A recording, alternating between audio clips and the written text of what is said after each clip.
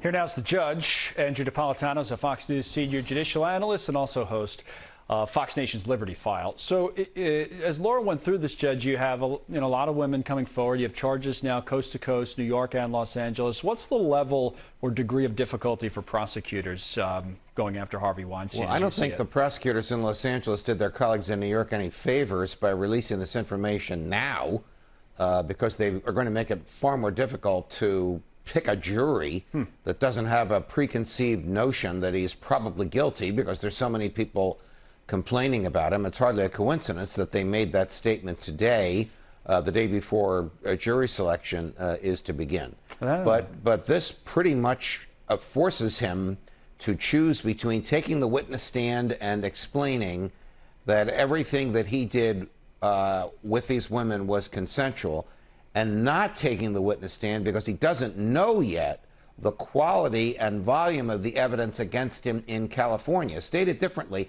if he takes the witness stand and is acquitted here in New York, but something he said while on the stand could harm him in California, the jury in California will hear about it. So this is very, very complex at this point.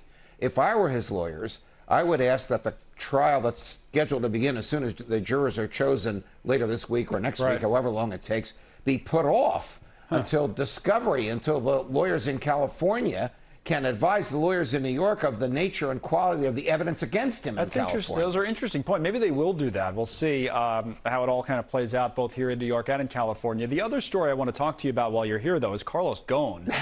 Boy, this is a crazy story. We're learning even more about his escape, essentially, from Japan. 2 U.S. security experts reportedly smuggled the former chairman of Nissan out of his home in Tokyo in a box, then loaded, he was loaded into a private jet. He ends up in Lebanon.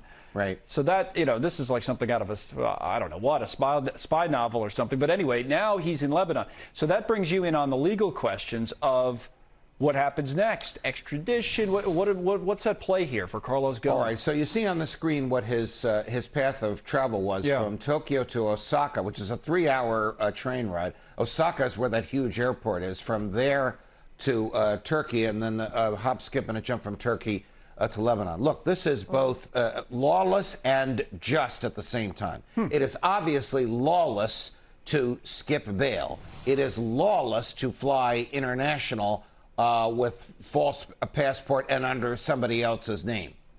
But the system in Japan is so profoundly unjust. Really? When I heard about this, I was secretly rooting for him. There is no way everybody gets convicted that's indicted, right? Correct.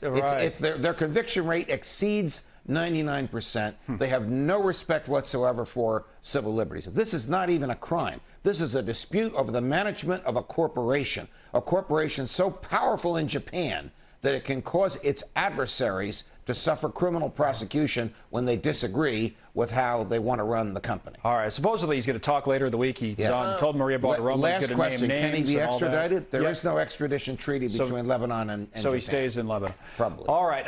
Judge, good to see you. Pleasure. Judge Napolitano. Melissa?